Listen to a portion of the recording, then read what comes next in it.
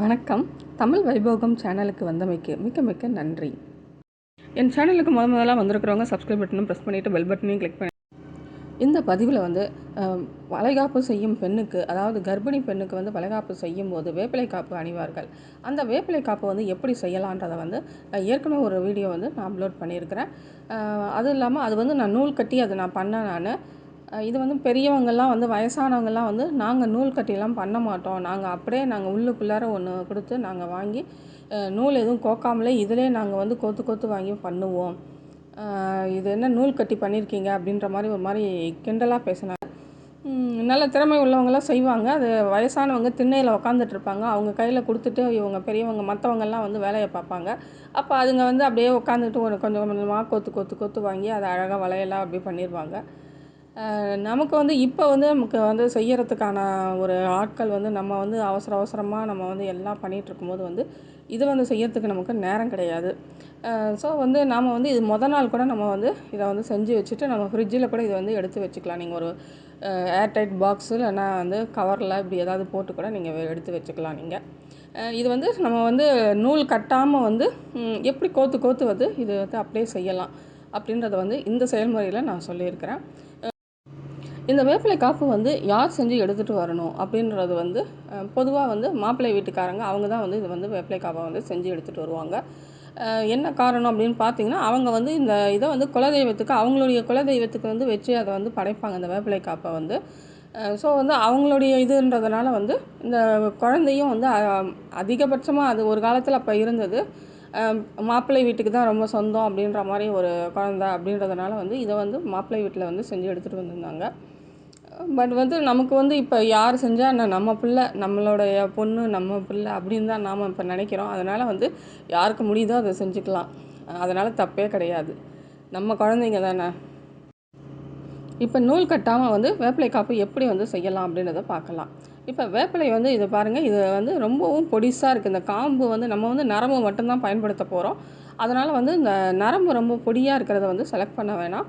இந்த மாதிரி வேப்பிலை நல்லா செழிப்பாக வளர்ந்த வேப்பிலையை நல்லா நீளமாக காம்பு இருக்குது பாருங்கள். இது நம்ம சுற்றி வரும்போது நமக்கு ஈஸியாக இருக்கும்.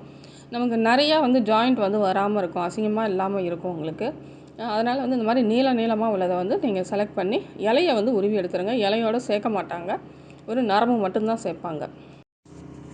இப்போ மேலே அந்த காம்பு நுனியில் குண்டாக இருக்கும், அதை நீங்கள் கட் பண்ணி எடுத்துக்கோங்க.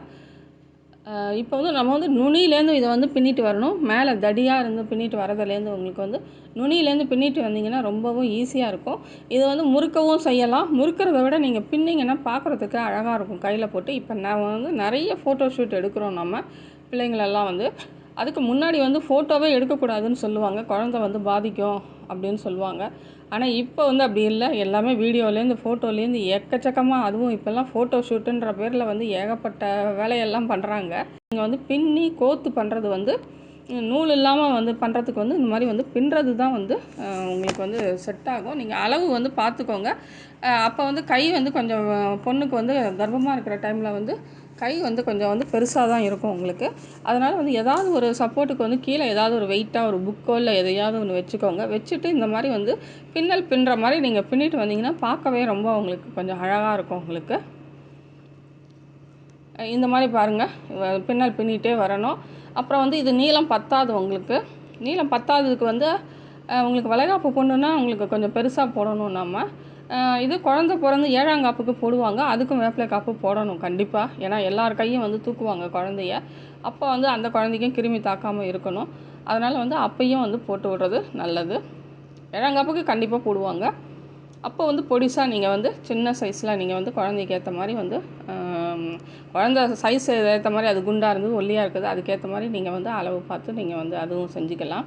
இந்த இப்படி உள்ளுக்குள்ளார ஜாயிண்ட்டுக்கு இப்படி கொடுத்து உள்ளார இப்படி மேலே கீழே இப்படி கொடுத்து வாங்கி நீங்கள் ஜாயின் பண்ணிக்கணும், அது கீழே விழாமல் இருக்கிறதுக்கு. நீங்கள் இவ்வளோ தான், இப்படியே கோத்து ஜாயிண்ட்லேயும் நீங்கள் சேர்த்து விட்டுறணும். நீங்கள் சேர்த்து விட்டுட்டிங்கன்னா நம்ம நூல் கட்டாமல் இருக்கலாம். இந்த மாதிரி டைட்டாக பண்ணணும். நம்ம டைட்டாக இதை ஜடை பின்னுற மாதிரியே நம்ம சௌரி முடி வைப்போம் பார்த்திங்களா, அது மாதிரி தான் கிட்டத்தட்ட. அது சிங்கிளாக வைக்கிறோம், இது 3 இதுவாக வைக்கிறோம். நம்ம 3 நூலாக இதுவாக இருக்கிறது தான் உங்களுக்கு பின்னுறதுக்கு வரும். 2ஆக இருந்தால் பின்னுறதுக்கு கண்டிப்பாக வராது. அப்புறம் எக்ஸ்ட்ரா கொஞ்சம் ஏதாவது வெளியில் நீட்டிட்டு இருந்ததுன்னா அது நீங்கள் வந்து சைஸாக பார்த்து கட் பண்ணி கூட விட்டுடலாம். அப்படி இல்லைன்னா கோத்து விட முடிஞ்சா கோத்து விட முடியும் பாருங்கள். அப்படி இல்லைன்னா நீங்கள் வந்து சிசரால் கட் பண்ணியும் விட்டுக்கலாம். நீங்கள் இவ்வளோதாங்க. ரொம்பவும் வந்து கையிலே வந்து ரொம்ப சுலபமாக வந்து ஈஸியாக நூல் எதுவுமே இல்லாமல் பண்ணிக்கலாம். பட் வந்து ஃபோட்டோவுக்கு நீங்கள் வந்து அந்த மாதிரி மஞ்சள் வந்து நமக்கு வந்து அதுவும் கிருமி நாசினி, அதுவும் சேர்த்திங்கன்னா ரொம்ப நல்லாயிருக்கும் உங்களுக்கு. அதனால தான் நான் அந்த மெத்தடை வந்து நான் பண்ணேன் நான். பட் வந்து பெரியவங்க வந்து இதென்ன நீ புதுசாக பண்ணுற, நாங்கள் இப்படி தான் பண்ணுவோம்னு சொல்லிவிட்டு அவங்க வந்து பண்ணாங்க.